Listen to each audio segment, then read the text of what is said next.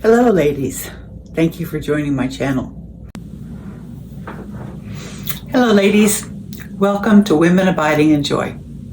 Today we're going to continue our discussion on Psalms 23, a beautiful psalm. David is the author. He is not speaking as a shepherd at this time, he is speaking as one of the sheep, and he is bragging that the Lord is his shepherd. And because he so trusts in him, he knows that even though life can be very difficult, he will not be in want, because he has the great manager of his life as the wonderful shepherd. And then we looked at the next lesson, we looked at verse 2, how he makes us lie down in green pastures and leads us beside the still waters, how all of the needs of the sheep are met. And we talked about different conditions that had to be met, and just able to rejoice that our great shepherd is able to meet all of our needs. Then verse 3, he restores my soul and leads me in paths of righteousness for his name's sake. Well, why do I need restoring if I am part of this flock where all of my needs are being met? Why? Because I'm one of the sheep. And as sheep, we all like to do our own thing. We wander. Isaiah 53:6 says, "All we like sheep have gone astray.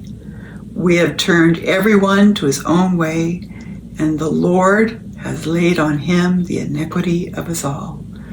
Praise God that even though we do wander, we have a shepherd who's already paid the price completely for us, so that we can be members of his flock and he can take care of us. And we don't want to let Satan deceive us into thinking that when we blow it, we can't come back, or that the shepherd is now so disgusted with us that he doesn't want anything to do with us. No. In fact, the opposite is true, that he is talked about, Jesus talked about how a shepherd, when he has 100 sheep and just one of them goes missing, he leaves the 99 and goes and finds the one who is missing, and then rejoices that he has found the one that was lost. And that's the way the shepherd looks at us. There's a real parallel with the idea of sheep needing to be restored when we're talking about the literal sheep. There's a term called a cast sheep or cast down sheep. And what that is when the sheep, for various reasons, will find himself or herself lying on her back, and she can't get up, and I can just see her legs a-flailing trying to get up, but she can't. And what happens when she can't get up is gases start to form in the stomach, and eventually it goes and presses against the lung and actually suffocates her. She'll die. And this can happen in a few hours if it's in the heat of the day, or if it's a cloudy or even rainy day, maybe a couple of days. But it's fatal. The sheep needs the shepherd to find her and right her up again and take care of her until she can walk again. And so this is a great concern for shepherds. They are constantly on the lookout for that sheep that could be cast down. And can you imagine that there's somebody else who's concerned about cast down sheep? I mean, what about all the predators? They love it when there's a sheep that's wandered off by herself and is on her back and is just available for the coyote, the wolf, the vultures, and our Satan, our enemy. He's aware when we're on our backs too, and when we can't get up. So our shepherd, on the lookout always for sheep that are in trouble. Now, there's a couple of different ways that sheep find themselves in this situation. One is when they have become too fat, too comfortable, maybe weighed down with too much wool. And there's methods that the shepherd will go through to help them.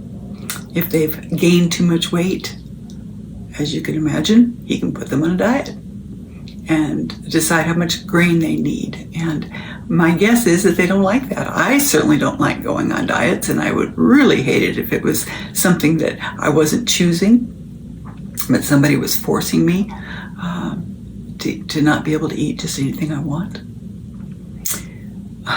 Or if they're weighed down with too much wool, there's an obvious answer to that, isn't there? Having them sheared. And you suppose the sheep always love that when they're being sheared? Not. Or when they've just chosen a comfortable spot. Oh, we like our comforts. I like my comforts. I'm a rocking chair kind of gal. I like to sit and be comfortable. But when we tend to go to just what's comfortable, when the literal sheep do that, they go to like maybe a hollow in the ground, maybe one of those ruts in the ground that they've formed by they're constantly going over the same area over and over again. Remember, they're really creatures of habit, and they will destroy land by going over the same trails over and over again, creating gullies and ruts in the ground. And so that the sheep might go into one of those hollowed out places to find a comfortable spot, and then stretch out to get comfortable, and the center of gravity changes and over they go and can't get up. And so one of the ways that the shepherd deals with that problem is to keep them on the move.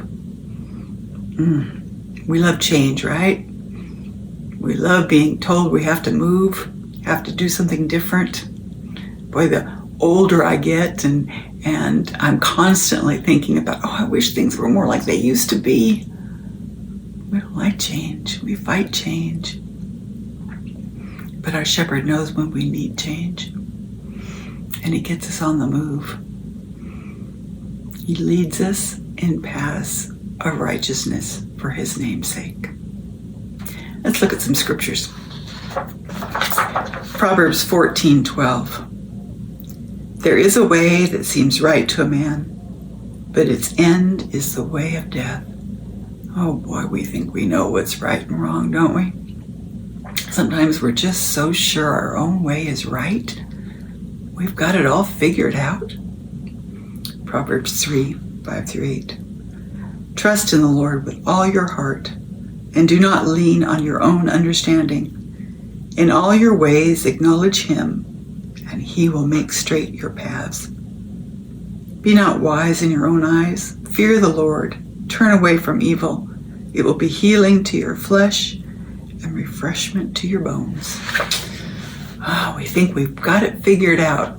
We know what's right. We know what's wrong. Look at our society right now. We're so being encouraged to not be so narrow-minded as to think that one way is right, where God has made it so clear that his son is the only way. But that's, in our society right now, very narrow-minded. Think that you know what's best because you read that book? Oh, if they only know it's the words of life. It's the shepherd wanting to provide those paths of righteousness for us. It so requires us to be humble, doesn't it? Especially right now, to be able to say no to culture and say yes to God, even if it doesn't always make us look good. Luke 9:23 says, and he said to all, if anyone would come after me, let him deny himself and take up his cross daily and follow me. Daily. Taking up our cross and following after him. means that sometimes this Christian life is not going to be easy. It's the best life, but it's not the easiest life. It's a life of trusting that God's ways are right, even when the rest of the world may be telling us something totally different. But remember, sheep follow the shepherd. We know his voice, and we're going to follow the shepherd. Hebrews 12:11 says, "For the moment, all discipline seems painful rather than pleasant." Suppose when those sheep are being sheared or put on a diet, that it seems painful rather than pleasant. But later it yields the peaceful fruit of righteousness to those who have been trained by it. So let's think about, as sheep, when we need restoring, when we need to be revived, we need new life breathed into us, that we can go to the shepherd. We can hear what he has to say. We can allow him to grow us up with his word, even when it's painful, even when there's discipline. Notice that discipline wasn't punishment, it was training, so that we can follow in the ways of righteousness and have a good life. Remember Isaiah? We've talked about Isaiah 55 before, that it's not good for us to try and make God into our image. We want to turn it around and be in his image, because his ways are higher than our ways. His thoughts are higher than our thoughts. And remember, that was in a context of his desire to forgive us and to give us a good life. He wants to meet all our needs. Don't let Satan tell you different. If you've messed up, if you've blown it, if you've given in to some temptation, do not let Satan tell you that you can't belong to the shepherd. You are valuable. You are important to the shepherd. He is looking for you. I hope this was a blessing to you to hear this message today. Take care, ladies. Be sure and subscribe if you haven't already, and let me hear from you. I would love to know how you're doing. I'm praying for you.